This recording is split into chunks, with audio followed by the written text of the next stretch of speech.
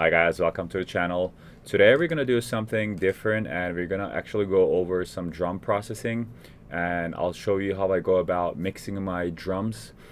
It's not gonna be specifically like a drum synthesizing video. We're gonna be using samples and I'll just kind of show you how I process them all together so they create a good kind of sounding mix, and it's gonna sound something like this.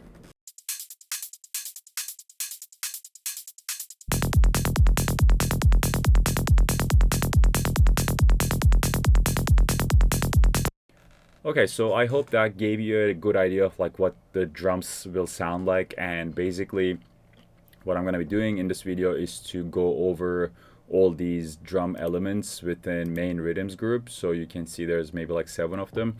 When you think about drums, you can be thinking about also, or maybe their crashes. It's like cymbal crashes and everything, which create these tension moments, and they're more of like a transition elements to me than rhythmical elements. But in this video, we're going to be going over these rhythmical portion of drum processing.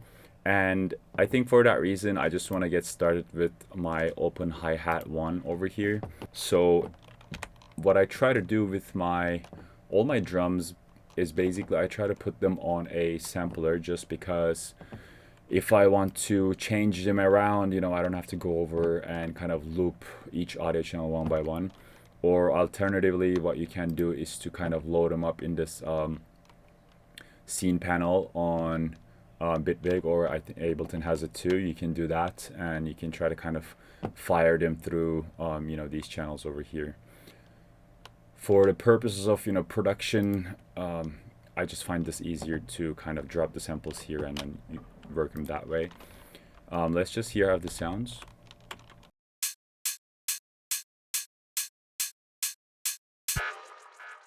So as you heard over there, it's just a sample, and most of my samples come from Loop Cloud over here. And basically, I find a good sample first, and then I put it on a sampler, and then a lot of the times you'll see that these samples are longer than what they're supposed to be as for your mix anyways. So within the sampler of Bitwig, I shorten it, as you see over here. Normally the sample is about like 500 milliseconds, but for my purposes it's 119, and then I just try to kind of give it a fade just so it doesn't intervene into my next kick. So if you check out my kick over here, this would be my kick, and it sits within the first 2 beats of this bar, and then my hi-hat is actually hitting on the offbeat, so it's hitting on the 3rd one. So we don't have to worry too much about it going over here, but we would want to worry about it going over here. And just because I want it within this range, I try to keep it short on the sampler. So if I have it without the shortening, you will see that it's not going to fit well. So let's just see kick and bass.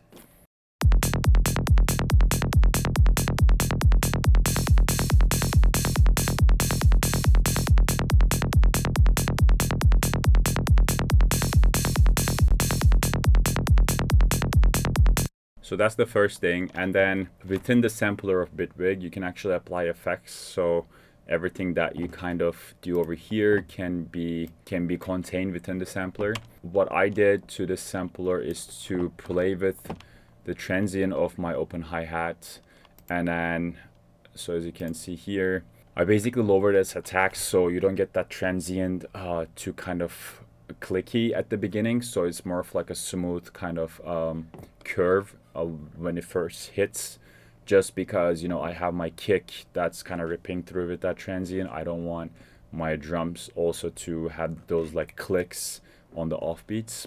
And then but I want to give it more body, so basically I try to put up the sustain a little bit higher. So I'm just gonna show you how it kind of works, just so you can hear what this does.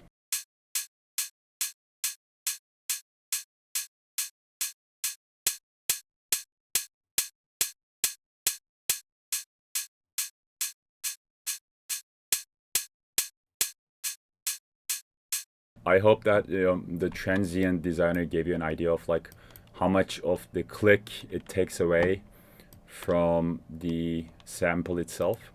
And then I used percu here. Of course, these choices will depend on your sample, but basically what I was seeing is it had too much of kind of resonant tones on these frequency range. So I'll just show you right here if I can.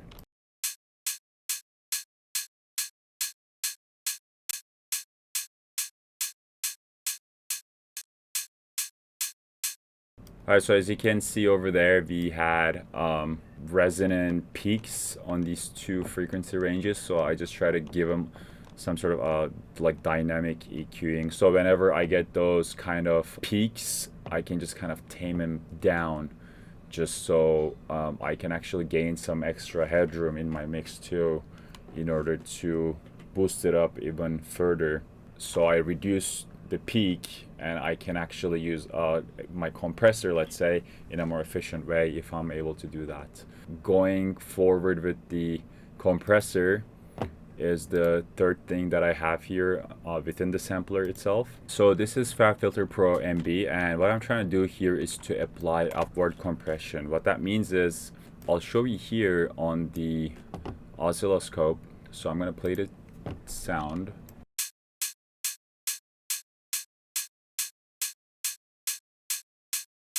Okay, so right here you can see that we have our transient, let's say, like in this portion of the sound, and the body of this sound maybe starts happening from here. So what we're trying to do is to kind of increase the levels of here, so I can give it more of like that life. And I also want to do it from kind of like mid-range to all the way to, you know, high frequencies, just because I want that energy.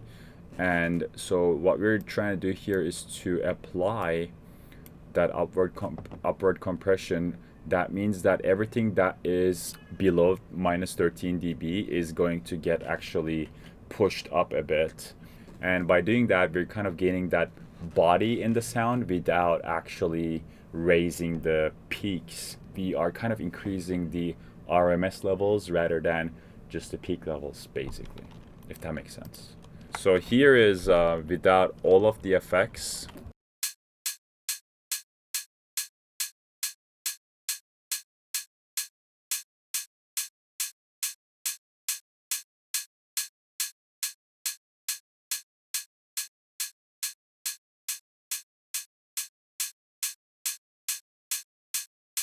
Also, one thing I want to mention here, Bitwig Sampler has actual built-in filters. So with this one, I wanted to cut the lows from it, just because really these rhythmical elements in your percussion, they don't need to be anywhere on the lower end of the spectrum.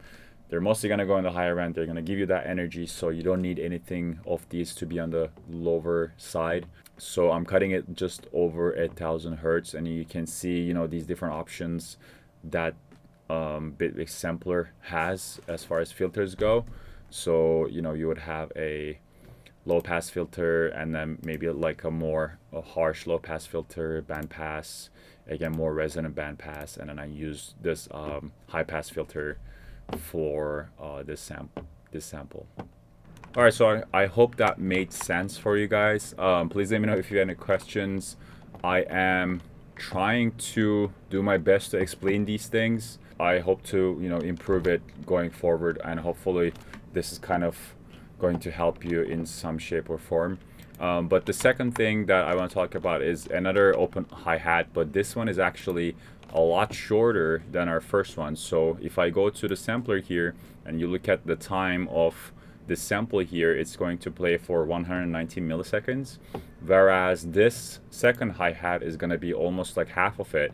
So what I'm trying to do here is to kind of increase that, again, body of the sound of these hi-hats, because of the sheer fact that, again, these are these two sounds are going to occupy a lot of kind of frequency spectrum on the higher end, which emotionally means that, you know, we will feel energetic when we hear these two. So basically it's just another little sample that adds to the first one. It kind of just complements it, if that makes sense. So I'll play them together, and then just one of them.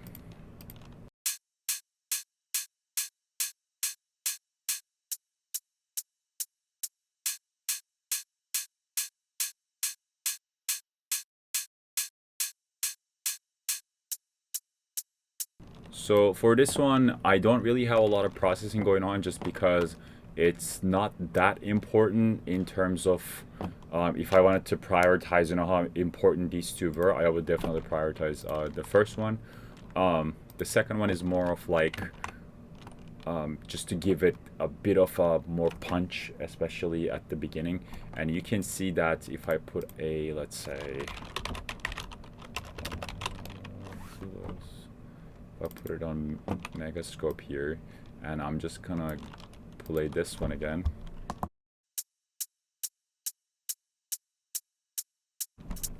You can see that the first one would go all the way here. So the first one actually has body in this portion as well, but the second one is just complementing it within this range, and then kind of lets it go for the first one to take over.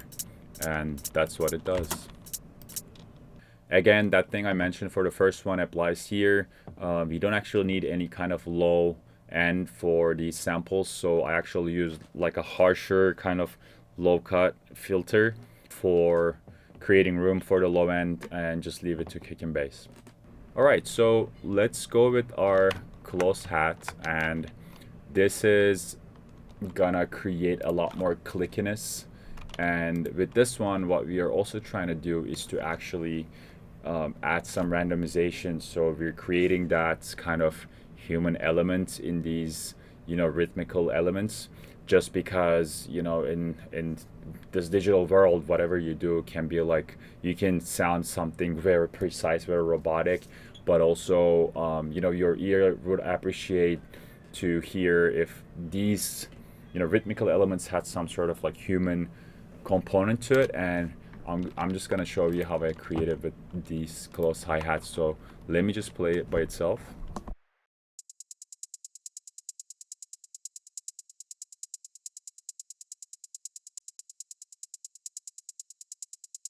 So perhaps you heard it, but basically you can hear every time it hits.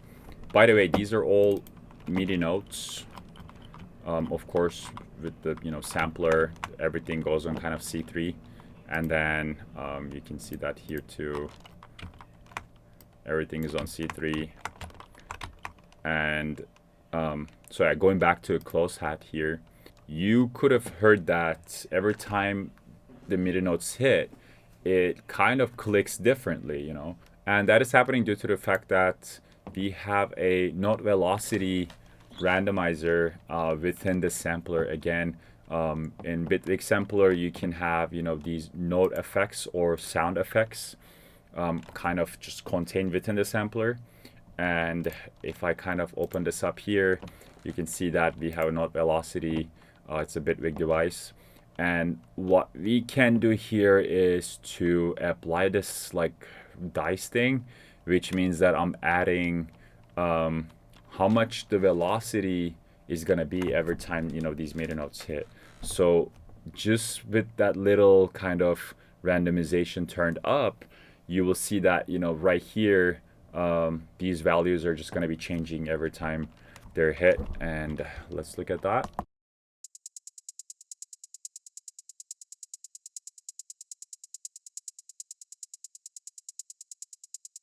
So I hope it made more sense. As you can see it, you can actually hear that it hits differently. As far as how long this sample is, definitely it's not going to be as long as these two. Of course, it's a lot more rhythmical element in the mix. And as you can see here, the sample itself is not even long, and you'll see that with a lot of like close hat samples, that there are kind of these more snappy elements that you can utilize within the mix. And lastly, you can see here again, even though these close hats, a lot of them don't have really anything on the low end, I just kind of keep the filter going and create that kind of space for my kick and bass. Next sound we have here is a snare. And for that, I'm going to go back in my mix actually, and I'm going to explain why I kind of have two snares. Sometimes I try to use different samples in my track until I have my first kind of big drop in the track. So let's say you're mixing this track from bar 33 to 65. You have kind of like 32 bars of mixing with your previous track as a DJ, and then when you have this first drop, you want these kind of hit differently. And for that matter, you can see that I have different snares. I have a different top loop for the beginning of this track, and also for the end, for the rest of it basically. And you can also see that I didn't use this hi-hat, this first one, until I actually had my first kind of meaningful drop. So that's why I have two snares. And let's go over the first one here. Again, I'm just gonna play it right here.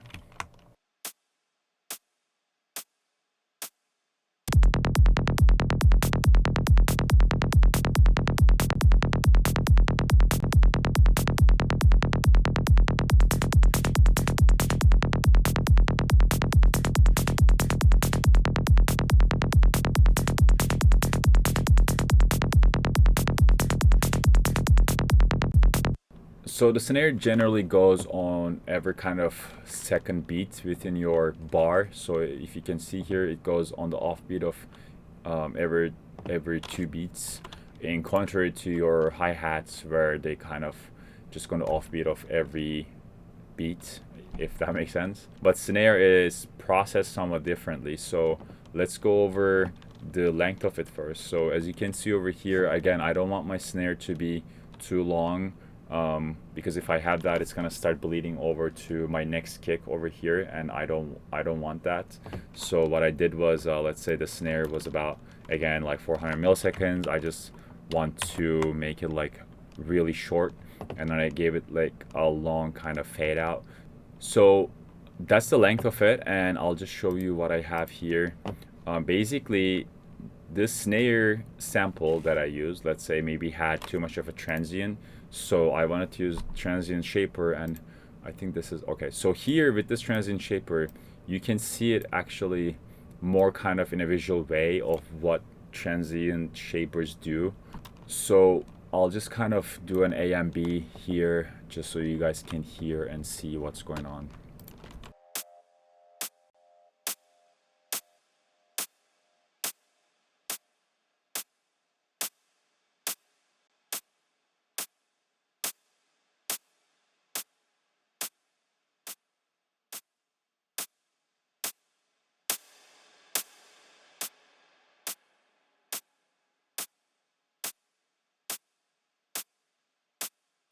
So I hope you were able to hear over there. So as I was changing this attack parameter, you can see how much of that transient kind of gets through, versus if you have it, it's more of like a smooth first hit.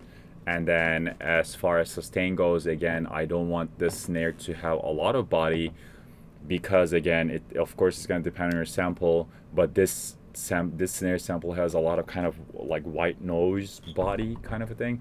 So I wanted to get rid of that, but I just like what it adds in the mix, in general. But I just have to tame it down a little bit with this transient shaper. Okay, another thing I want to talk about the snare is that it is not sidechained to the kick, and that's merely because it is never hitting at the same time with my kick, so you can see my kick here. If you look at my kick, it's 61.2. My snare is gonna be so my snare is right here and my kick is right here, so they never hit throughout the entire mix at the same time. So for that matter, I don't want to sidechain them. I think it's just kind of fine where it is, because they will not play at the same time at all. So that's the first snare. Let's look at the second one now. So the second one, as I mentioned, is a different sample, just because I want to kind of differentiate these rhythmical elements from the point of my first kind of big drop in the song. So, and it is a little bit more processed, and I'll just kind of run you through how I kind of processed it here.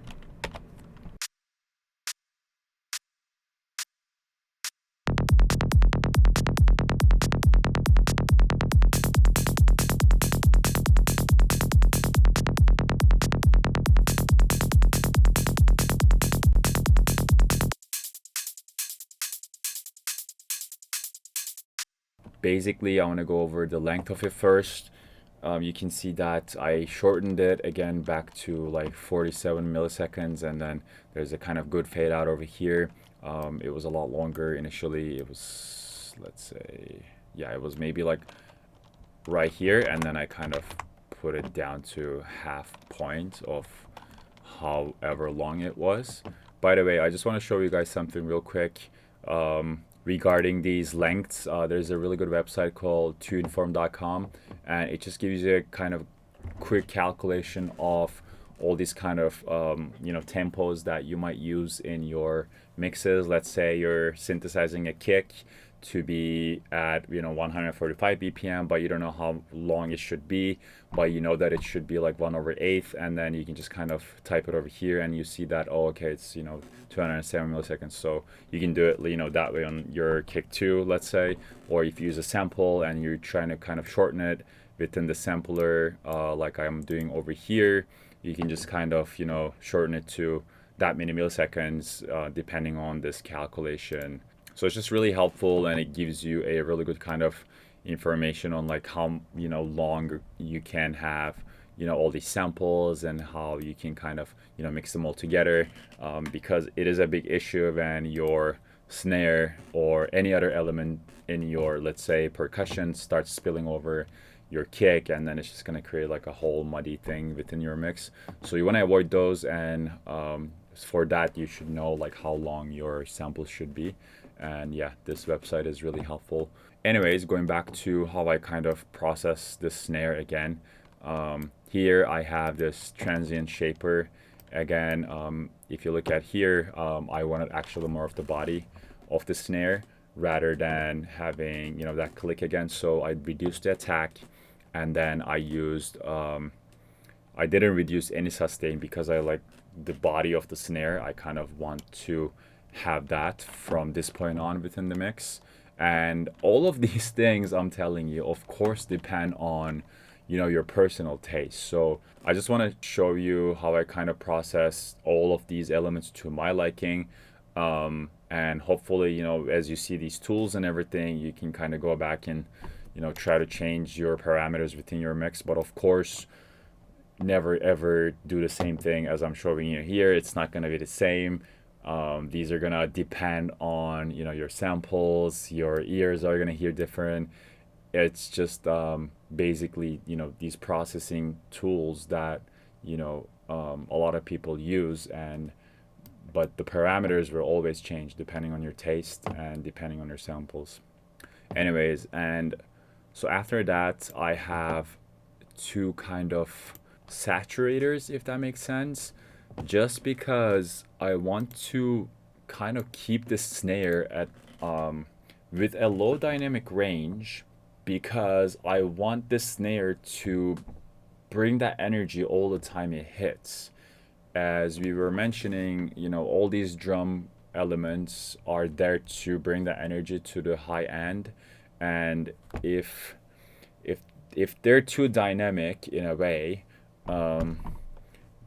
they're gonna cause some fluctuation within that like audio level, but I don't want them to be like that. So what I want to do is to, let's say my snare has a dynamic range like this, I want this to stay up here, and then the lower parts of the snare I want them to kind of raise up here too, so this dynamic range in between is really little, if that makes sense.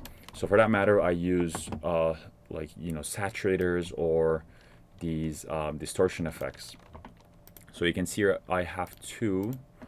One is this, it's Fielding DSP Reviver, and I'm not really sure what it does like on the back end, and how it kind of is rewired on the back, but I find it really helpful when I kind of turn up this up third processor within the saturator, so let's just hear it real quick. I'm not really sure if I can show you this with a, let's say maybe a visualizer. Let's see.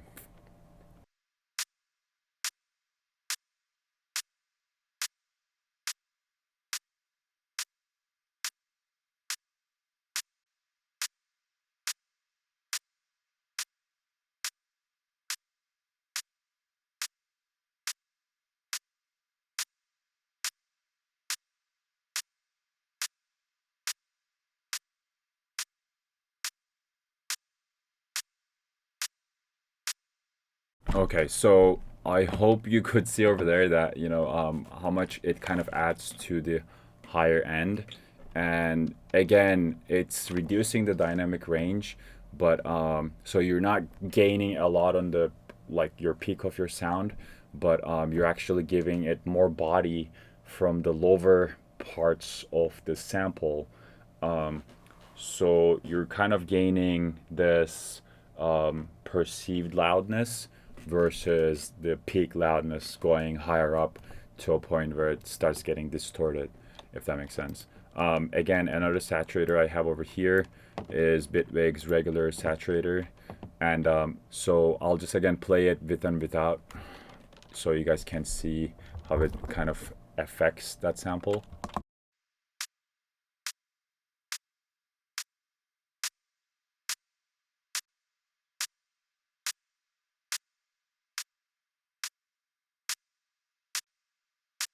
So yeah, and I hope that gave you an idea of like how you can actually squeeze a lot out of your snares, especially if they have a lot of like noisy elements in them. Because there are some snares that have just a lot of transients and then they just kind of like fade out without any noise. But there are also a lot of snares that, I think they fit better for like psytrance genre where they do have this like white noise element to them. And you can squeeze a lot out of these snares with these saturators and with some compression. And it's a good thing because it's not a melodic element, so you can actually compress it. You don't need like a lot of dynamic range for these elements. They're just kind of creating those like rhythmical, again, energy, right? So try to play around with these and see how it kind of fits your needs. And one last thing I want to show you here is that we see that this snare is actually hitting a lot of like low end. You might want to tame it down, so basically just add an EQ here and then just use something like this. Let's hear it.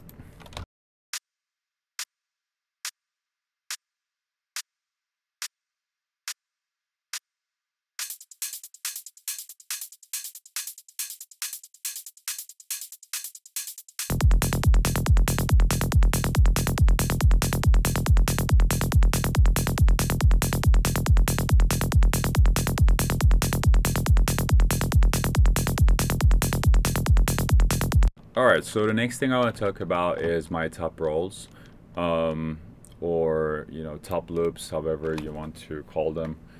Basically, what I'm trying to do here is to give it a bit of a more energy with different variations. So you can see like these top loops have variations in amplitude, variations in the instruments that they use, and a lot of the times, and I would say 99% of the times, I get these from, again, these Loop Cloud sample packs. You can subscribe to this and then you will just kind of find whatever you're looking for most of the time.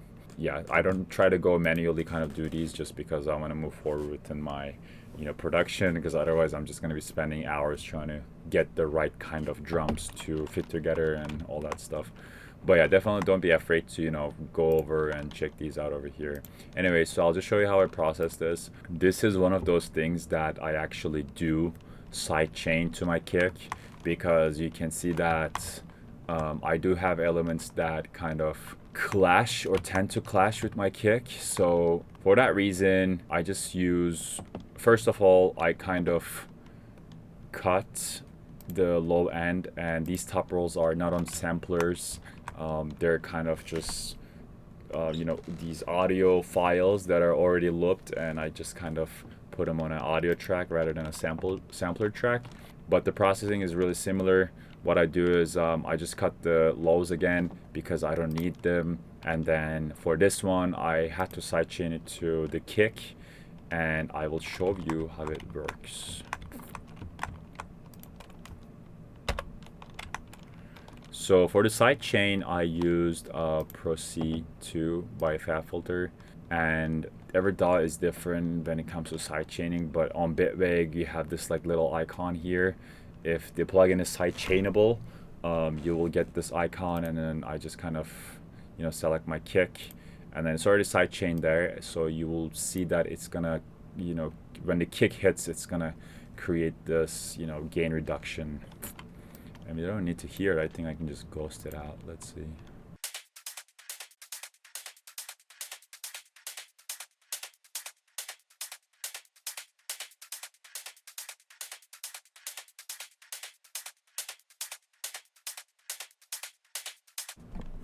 So you can actually just look at this readout here, and then so this is basically meaning that if I do external, it does get sidechained by the kick. If I do in, I don't have an internal sidechaining configured yet, so it just means that it's not being sidechained to anything. So just look at the readout and kind of try to listen to the difference of what the sidechaining creates for this sample.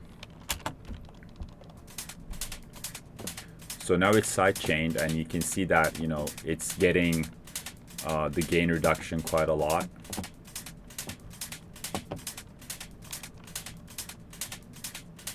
And then you can adjust this like attack if you want the transients to be kind of taken out too. You can just do a really fast attack. But now I'm going to switch to kind of no sidechain.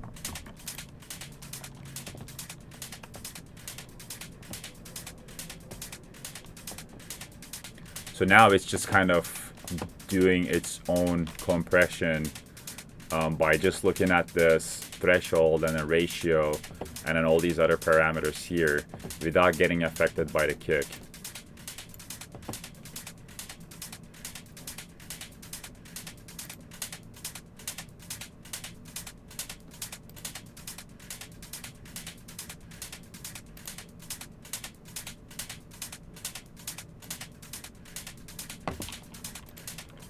So I hope you heard a difference over there.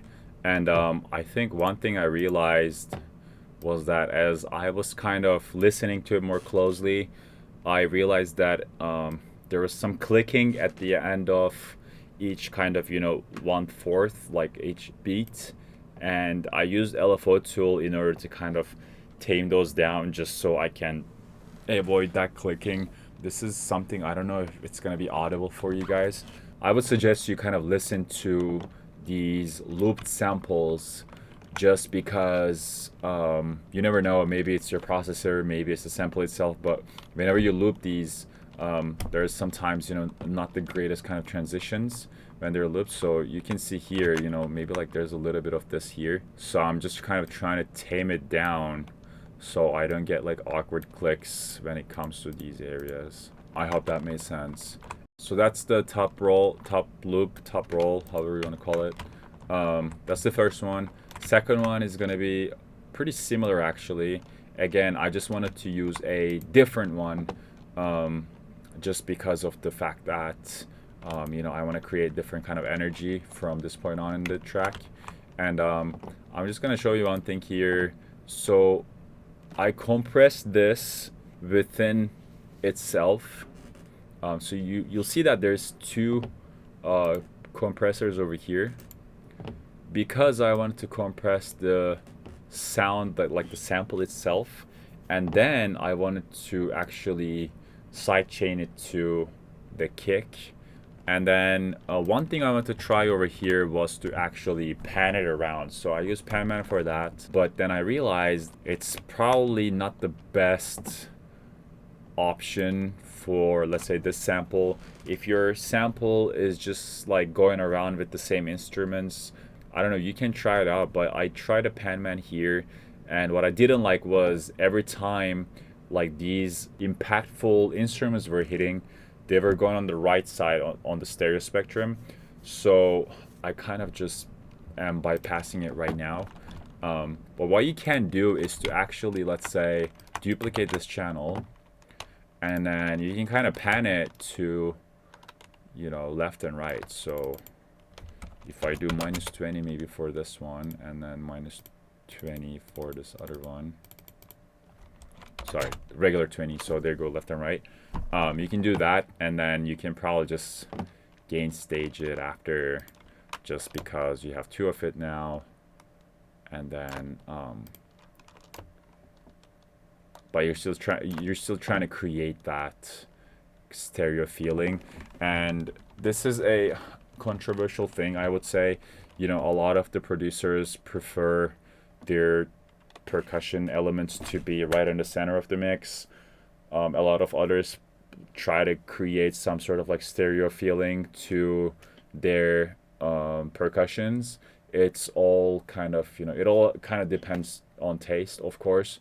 But if you were to create that stereo feeling, at least with these kind of samples, I would suggest that not to use something like Panman or something of a panning effect like that is being modulated within a plugin, but try to use them, you know, on different channels and just pan them manually to left and right, and try to create it that way. I think it'll just be more beneficial. So if I try to play these together,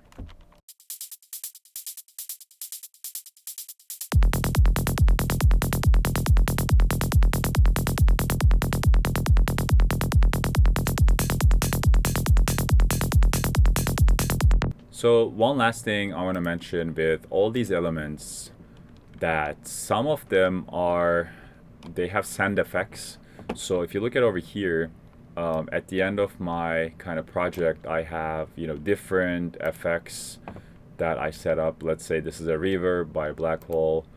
This is a 1/8 dotted delay and a 1/4 dotted delay. So sometimes you might want to, you know, in order to get that kind of more airy, more stereo feeling, you might want to add some, you know, effects to these individual elements, and that's kind of what I did. Let's say for this one, I try to add a little bit of reverb on it, and this applies to kind of every element that you see over here, that each of them, you know, naturally has send effects.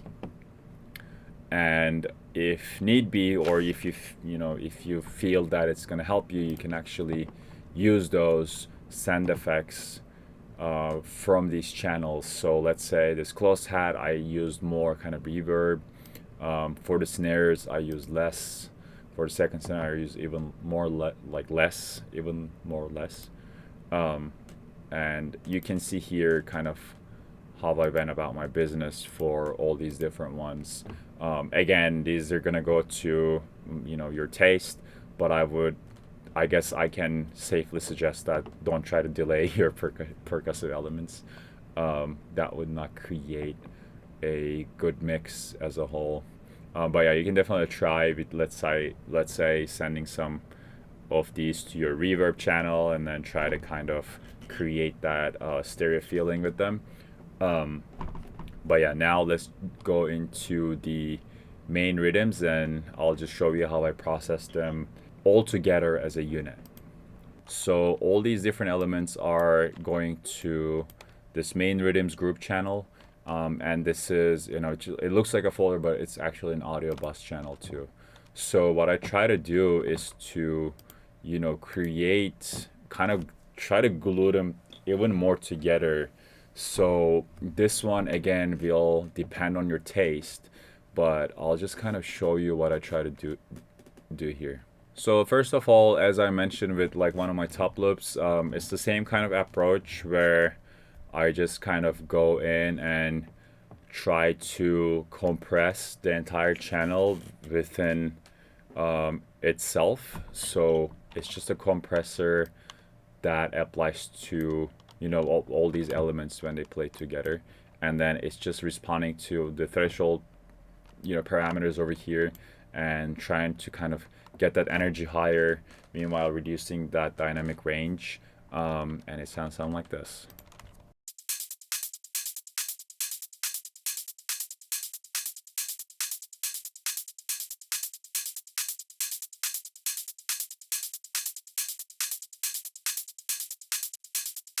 So like right off the bat, you can see over there, like my snare has so much transient that it's just kind of ripping through the entire mix. But with this compressor, I'm even like taming it down even more. And I tried it with a transient shaper, but it's definitely helpful when you kind of mix all your sound elements and then put them in a bus and then try to kind of process them within the bus, because then you have a better idea of like how they sound all together, and then you can have a different approach to all these different elements rather than going through them one by one, because it's just a different feeling, different sound, and you're never gonna get that kind of cohesive understanding when you're working on them one by one.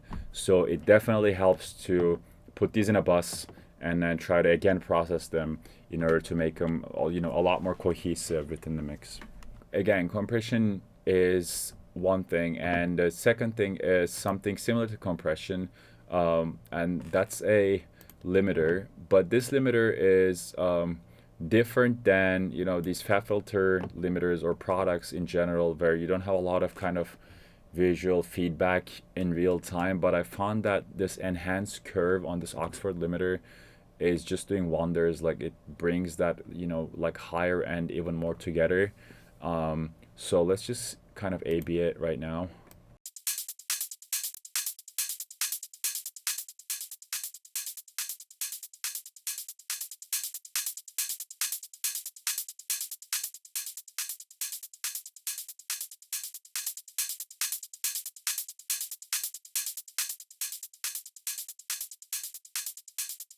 All right, so as you can see over here, the peaks are kind of getting higher, but you can always lower it, because what it's doing is, it's reducing that, dynamic range. So your lowers are getting closer with your highs, even though your peaks are going higher.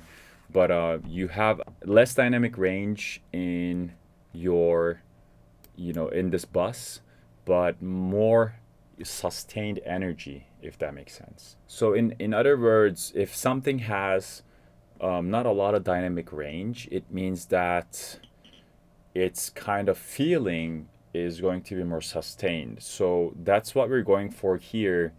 We want these drums to be sustained in a way that they're always having a lot of energy, right? Like they never kind of drop this energy, because these are the elements that add energy to your mix, if that makes sense. So that's what the limiter does. The last thing is, again, it's a similar kind of approach to what we had with our top loops, and that is to sidechain now everything within this bus to the kick. So you can see that again, I have this kick sidechain to this main rhythms folder bus channel. And basically, if I'm missing anything from all these different, audio elements, this kind of takes care of it for me. And one thing I want to do is to not initiate this compressor too fast, that I'm not losing the transients of my percussion elements, if that makes sense. Because I already try to put a lot of these transient shapers and all that stuff, saturators and everything, to individual channels within this mix bus. So for that reason, I don't want to kick this compressor to kind of like get initiated so fast that I'm losing even more of those transients, but rather I'm just kind of trying to protect my kick in a way that it kind of never gets overrun by any of my percussion elements.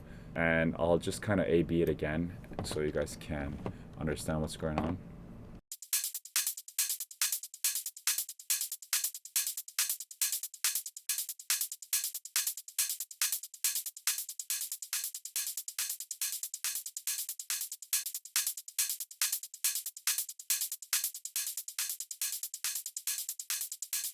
So yeah, I hope you were able to hear over there. The transients were still kind of getting through with our snares and everything. And that's kind of what I'm going for. I'm just trying to protect the other parts of my kick for these things to not, again, overrun it, so it kind of rips through the mix as much as it needs to. All right, guys, so that's about it for this week. I know it was kind of a lengthy video, and I try to go over a lot of different details. Please let me know what you think about the video, if I missed anything, if it needs more, if it needs less, and I would really appreciate your feedback. I'll try to do more of these explanations about, compressors and limiters going forward. And yeah, I hope you liked the video, and looking forward to seeing you in the next one. Until then, bye.